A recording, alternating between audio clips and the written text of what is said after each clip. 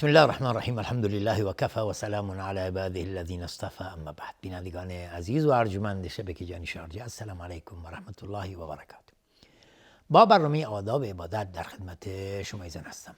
برنامه امروز به دنباله برنامه قبلی در مورد آداب اجازه خواستن به ورود به خانه است. اجازه خواستن برای وارد شدن به خانه. ما قبلا اشاراتی کردیم و آدابی رو ذکر کردیم. از دیگر آداب وارد شدن به خانه دیگران، برگشتن در صورت اجازه ندادن. این اگر شما رفتید خونه کسی، در زدید و کسی در باز نکرد، 3 بار در زدید، در باز نشد و کسی جوابگو نشد، شما برمیگردید، اصرار نمی کنید و پافشاری نمی کنید که هی در بزنید، هی در بزنید. زیرا رسول خدا صلی الله علیه و سلم فرمودن اذا استأذن احدکم ثلاثا فلم یؤذن له فلیرجع. هرگاهی که از شما 3 بار اجازه گرفت و 3 بار در زد و به او اجازه داده نشد، پس برگردد. و خداوند در قرآن کریم در سوره نور میفرمایند، آیه 28: و این قیل لکم ارجعوا فارجعوا هو ازکی لکم. و اگر به شما گفته شد که برگردید، پس برگردید، زیرا برای شما بهتره، اولاتره. این در صورتی است که در خانه باز شد و به شما گفته شد که آقا معذرت میخوام، من نمیتونم از شما استقبال بکنم و امکان این که به شما اجازه بدم به خونه نیست، معذرت میخوام، نمیتونم از شما پذیرایی بکنم. این نباید باعث ناراحتی شما بشه و باعث بشه که شما دلخور بشید و دلگیر بشید و باعث ناراحتی بین شما و صاحبخانه بشه. نه، این از نظر شرعی هیچ اشکالی در اون نیست. ممکنه شما ناراحت بشید ولی شما باید حالت صاحبخانه هم رو در نظر بگیرید. ممکنه صاحبخانه در حالتی باشه که واقعا نمیتونه از شما استقبال بکنه و اگر به شما اجازه بده که وارد خونش بشید، ممکنه حالاتی باشه که شما از اون مطلع بشید و اون خبر دوست نداره منتشر بشه و اون خبر منتشر بشه بین دیگران و باعث این بشه که اون سری که در خانه داره سرش افشا بشه و باعث ناراحتی بیشتر بشه. پس اگر به شما گفته شد برگردید، برگردید، اصرار نکنید. از دیگر آداب زیارت و اجازه خواستن، قبول کردن عذرخواهی صاحبخانه. یعنی اگر صاحبخانه عذر خواست و گفت که من نمیتونم، قدرت پذیرایی شما ندارم، الان نمیتونم از شما پذیرایی بکنم،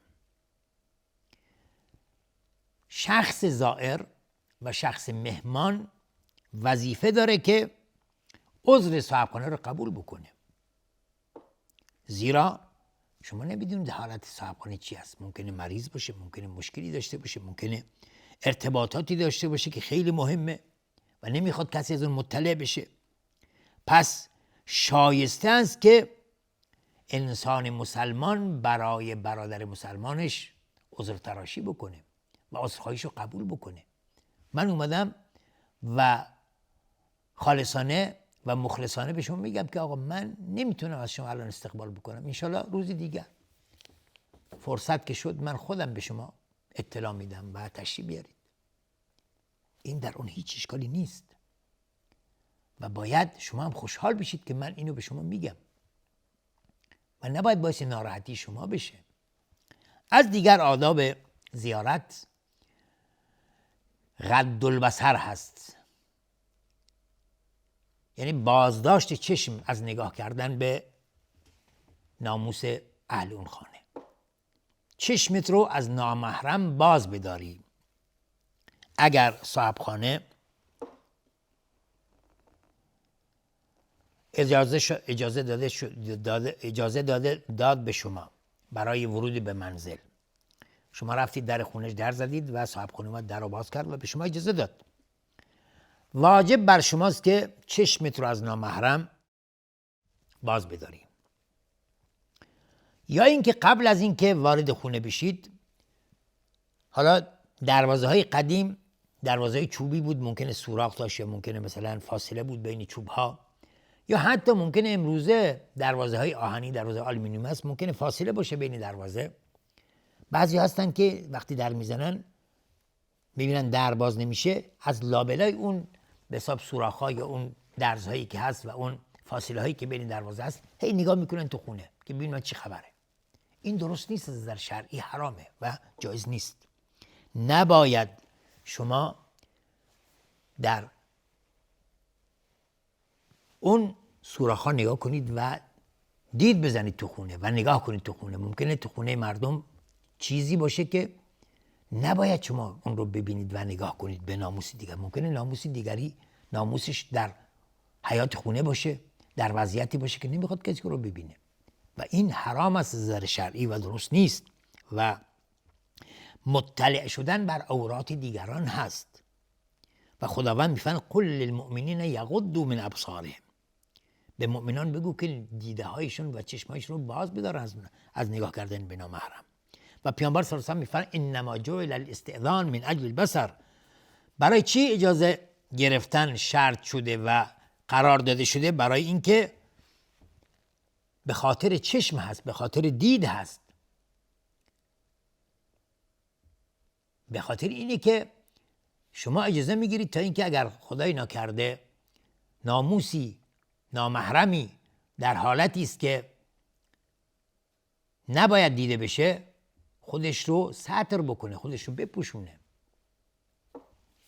و به خاطر همین است که استئذان وضع شده و قرار داده شده، نه به خاطر چیز دیگری. از دیگر آداب اجازه گرفتن، اختیار اوقات مناسب. شما وقتی برید خونه کسی باید وقت مناسب باشه، وقتی باشه که وقت زیارت باشه، وقت دید و بازدید باشه. زیرا اوقاتی هست که اصلاً صلاح نیست که انسان به خانه دیگران بره. مثلا انسان بخواد آخرای شب بره خونه کسی، یا صبح زود، یا وقت مثلا ظهر. اینها اوقاتی است که در شریعت نهی شده و نباید انسان بره و به خونه دیگران که باعث ناراحتی اونها بشه، باعث این بشه که اونها در حرج واقع بشن و در سختی واقع بشن.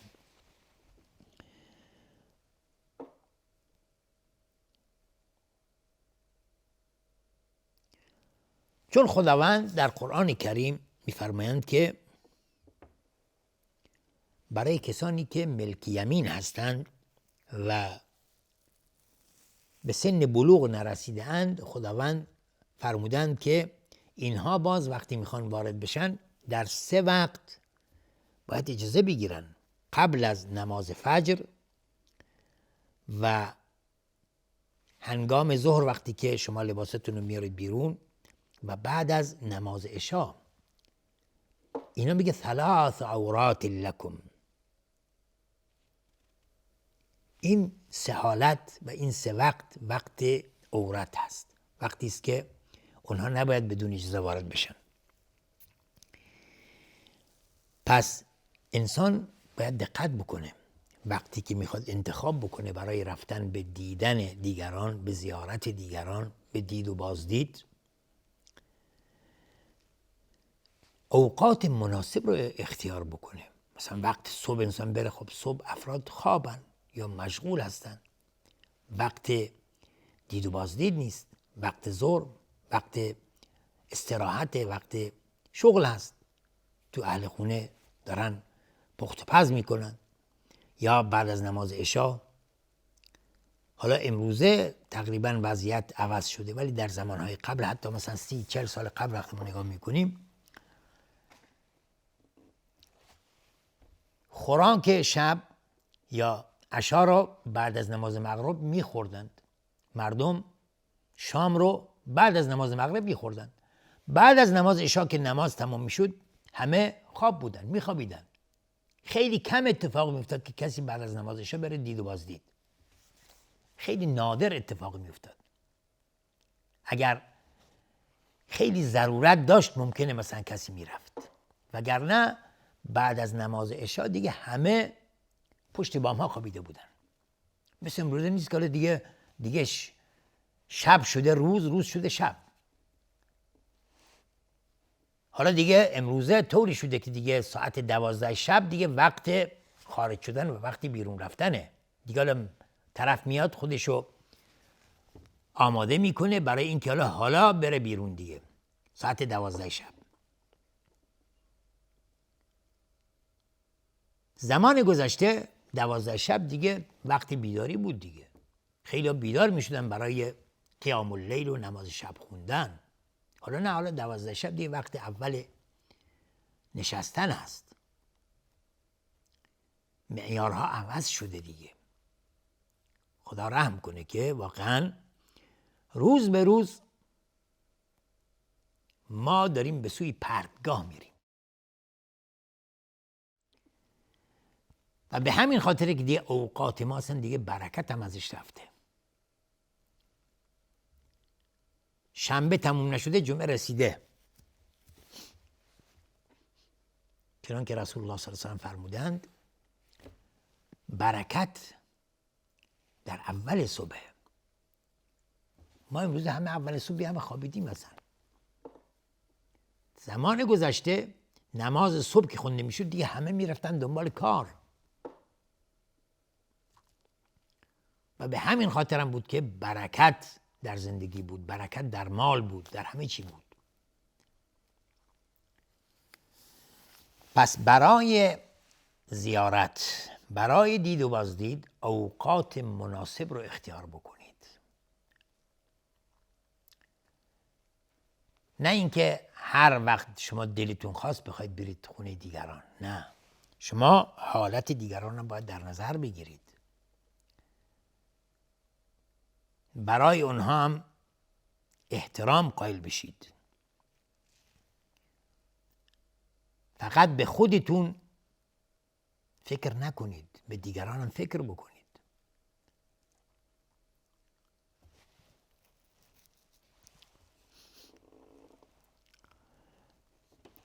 اجازه گرفتن هنگام وارد شدن بر پدر و مادر. انسان مسلمان وقتی که میخواد بره دید و بازدید و بره پیش پدر یا مادرش یا پیش خواهرش باید اجازه بگیره. و این نیست که مثلا شما بگید این مادر منه و این خواهر منه، من هر طور دلم خواست میرم. نه، خواهرت اتاق داره، مادرت اتاق داره، پدرت اتاق داره خودشون. قبل از وارد شدن در میزنی و اجازه میگیری که اجازه هست وارد بشم یا نه. اگر به شما اجازه داده شد میرید بیرون، میرید داخل. چون مادرت، خواهرت ممکنه در حالتی باشه که نباید شما او رو ببینید. داره لباسش عوض میکنه، یا ممکنه حالتی باشه که درست نیست شما او رو ببینید. هیئت خودش رو باید عوض بکنه. پس در این حالت باید شما حتما اجازه بگیرید برای وارد شدن بر پدر و مادر یا خواهر. عطا ابن یسار روایت میکنه، میگه رسول خدا صلی الله علیه وسلم شخصی اومد از این سوال کرد و گفت ای رسول خدا استأذن علی امی؟ فقال نعم. میگه ای رسول خدا آیا من وقتی میخوام برم پیش مادرم ازش اجازه بگیرم؟ رسول خدا صلی الله علیه و آله فرمودن بله. اون شخص گفت اینی معها فی البیت. ای رسول خدا من با مادرم تو خونه هستم. رسول خدا صلی الله علیه و آله فرمودن استأذن علیها، اجازه ازش بخوا هنگام وارد شدن به اتاقش. اون مرد گفت که اینی خادمها، ای رسول خدا من خادمش هستم، من نوکرش هستم، خدمتش میکنم. رسول خدا صلی الله علیه و آله فرمودند که استأذن علیها، ازش اجازه بخوا. اتحب ان تراها عریانا، آیا تو دوست داری که مادرتو لخت ببینی؟ قال لا، شخص گفت نه ای رسول خدا، من دوست ندارم مادرمو در حالت لختی ببینم. پیامبر صلی الله علیه و فرمودن فاستأذن علیها، پس ازش اجازه بخوا. درسته مادرته، محرمته، ولی حرمت داره مادر. حالتی هست که نباید حتی فرزند مادر رو در اون حالت ببینه، یا برادر خواهرشو در اون حالت ببینه. پس باید قبل از وارد شدن ما اجازه بخواهیم. دین اسلام دین هوا و هوس نیست، دین تعلیم هست، دین تربیت هست، دین قوانین و شرع هست. دل بخواهی نیست که من بگم که نه من دلم پاکه، چیزی تو دلم نیست. نه، این به دل پاکی و دل چرکنی نیست، به حکم شرع هست، به قوانین شریعت هست. ما باید این قوانین رو رعایت بکنیم. هر چیزی یک حکمی داره، هر چیزی شریعتی داره، هر چیزی راه و روشی داره. به هوا و هوس و فکر من که نیست. طبق شریعت اسلام ما باید عمل بکنیم. مادر، پدر، خواهر، خاله هست، عمه هست، دایی است، همه هر چیزی حکمی دارد. ما باید این احکام رو رعایت بکنیم تا اینکه حرمت خانواده ها، حرمت خانه حفظ بشه.